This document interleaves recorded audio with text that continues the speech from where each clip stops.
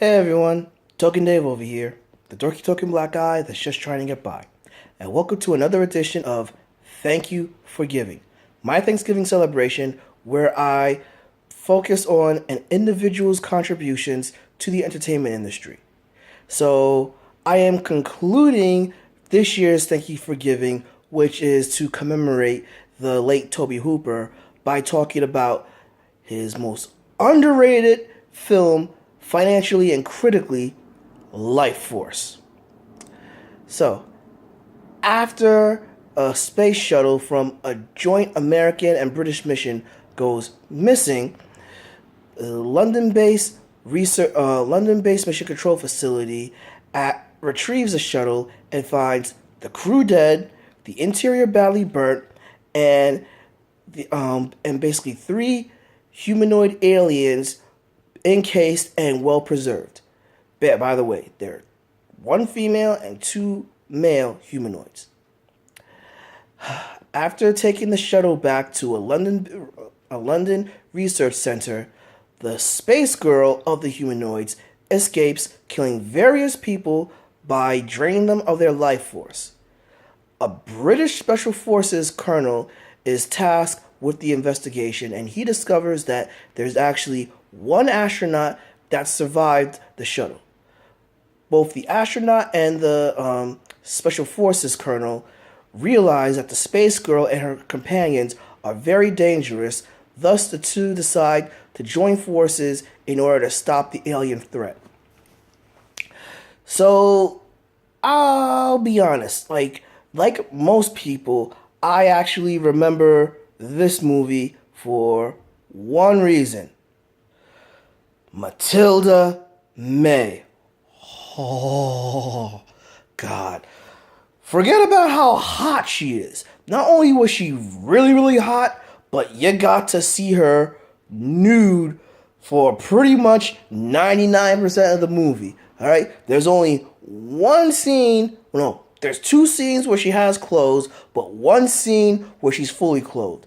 But not only does she look good, but damn, does she have the body. And not for anything, looking at her now, she is still hot as hell. So everyone remembers Lifeforce because of pretty much Mathilda May. What is really not fair is that this movie is actually pretty good for giving us a certain spin on the vampire genre. Now, like I said, this is based off of a novel called The Space Vampires. You do get some tropes, you do see some bat-like creatures in the movie, but the space vampires themselves, the space girl and her two companions, they don't have fangs or anything like this. What they do is, instead of draining your blood, as the title of the movie states, they drain your life force. But when they drain your life force, they don't kill you, but they don't necessarily, or they don't just turn you into another space vampire. What they do is actually drain off your life force and infect you with something, causing you to have to frequently drain the life force of others, and kind of either has one or two effects. One, if you're able to continually drain it, you're turned into pretty much a zombie-like creature. If you can't sustain by draining the life force of someone, you wither and die, and literally wither, die, and turn to dust, or explode into dust, which is actually a very interesting take on this. Now I've mentioned Mathilda May, but we have we have Peter Firth in this movie, who plays Kane. The British Special Forces colonel, who's mainly in charge to investigate. And we also have the American astronaut that survived. I can't remember his real name, but his name is Carlston. And he actually played Charles Manson in the Helter Skelter made-for-TV movie in the 70s. And, pretty much you have decent acting in this. Now, I'm not going to lie, it's not all good acting. This coming from the actor that plays Carlson and everything. He ranges from being good to being over the top, which, I don't know if that's purposeful or not, but at the same time, it could be worse, It's not that he does a bad job acting at all. It's just that there are some scenes where he's acting a little over the top, but it's not out of control over the top. It's just a little out of the top right there. But one of the problems that I personally have with this movie is like basically while some of the characters are actually decent, you're pretty much there for the ride.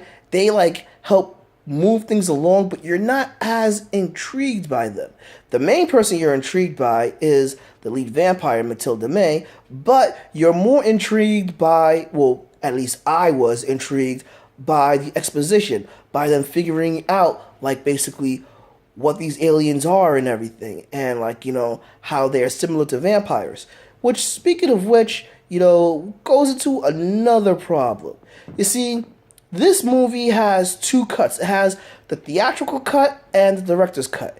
And I watched both. Now, I will have to say that the theatrical cut, it looks like they are pulling things out of their ass to a degree and everything, which could be a little jarring, but for me, like, while it could be jarring for most, I found it pretty fascinating and everything. But there were some things that just didn't make sense. In the director's cut, however, a lot of the exposition is there to make the plot or the exposition make a lot more sense, and they don't fully pull everything out of their ass.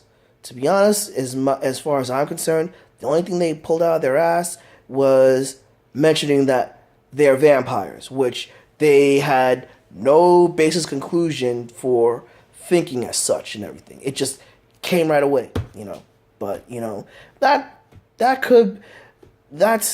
I consider that a bit of a nitpick, but by the same token, some people don't consider it a nitpick because it's not explanation that's easy to follow, which I can understand to some degree. Another problem that I personally had with this movie was basically that while, like I said, the characters are interesting and some of the theme and some of the dialogue was actually basically okay. Like, our lead character, particularly like, Kane, Peter First's character, I really didn't like him at first. The only time I got interested in him was towards the end of the movie, where he pretty much showed what a badass he was by running through London and killing off some of the zombies that are after him. And, another thing is, some of the dialogues from the other space people or space vampires and everything, it's kind of hammy, and like, there's one scene towards the end where you see this one guy, he's like standing there like this and everything, and I'm like, dude, why are you standing there? You see this guy right next to you, why are you just standing there? Shouldn't that be the time we're supposed to do something, like probably kill the guy or like take his life force? I mean, that's just me. Oh, and by the way, with how hot Mathilda May is, there is a lot of sexual innuendos and everything. Or, well, not sexual innuendos, more sensual innuendos. You find this more in the director's cut, where they basically talk about, like, to the degree of lust, like, being both enthralled and invigorated by the lustful feelings you might have, but yet repulsive and disgust at the same time, which is pretty damn interesting. Hell, when Carlson first sees, like, the space vampire in, like, the ship that he intercepts, he's like, what is happening to me? I don't get it. Something's happening. I'm feeling something. And I'm like, dude, you're staring at Mathilda May. She is freaking hot. What you're feeling is a hard-on. No one's going to blame you. Just saying. And to top it off, I must admit, if I was in this movie and Mathilda May came up to me and everything, I'd be dead Because goddamn, having her suck my life force, what a way to go. Woo! And everything. But with all that said, basically, I personally feel Tobe Hooper got a bad rap because this movie is so much fun and it moves. The dialogue moves, the effects, while they are kind of dated now, they still look incredible. Interesting spin on vampires, great scenes I already talked about great special effects, an excellent musical score throughout the film. I gotta say, this music is awesome and everything. The main score from Lifeforce is one of my favorite scores of all time and everything. So with all this interesting stuff, I gotta say that Lifeforce is slamming. It's very close to being Amazeballs, guys. Very close. But what drags it from being Amazeballs is basically, the dialogue is not as tight. Some things they pull out of their ass and everything. But, but that's basically it. Acting on par, and some of the overacting to a degree. But do you agree? Disagree? Drop me a comment below. Give me a like. Follow me on Facebook and Twitter. Subscribe. And ring that bell so you know when a new video loads. Finally, though, thank you, Tobe Hooper, for making Lifeforce.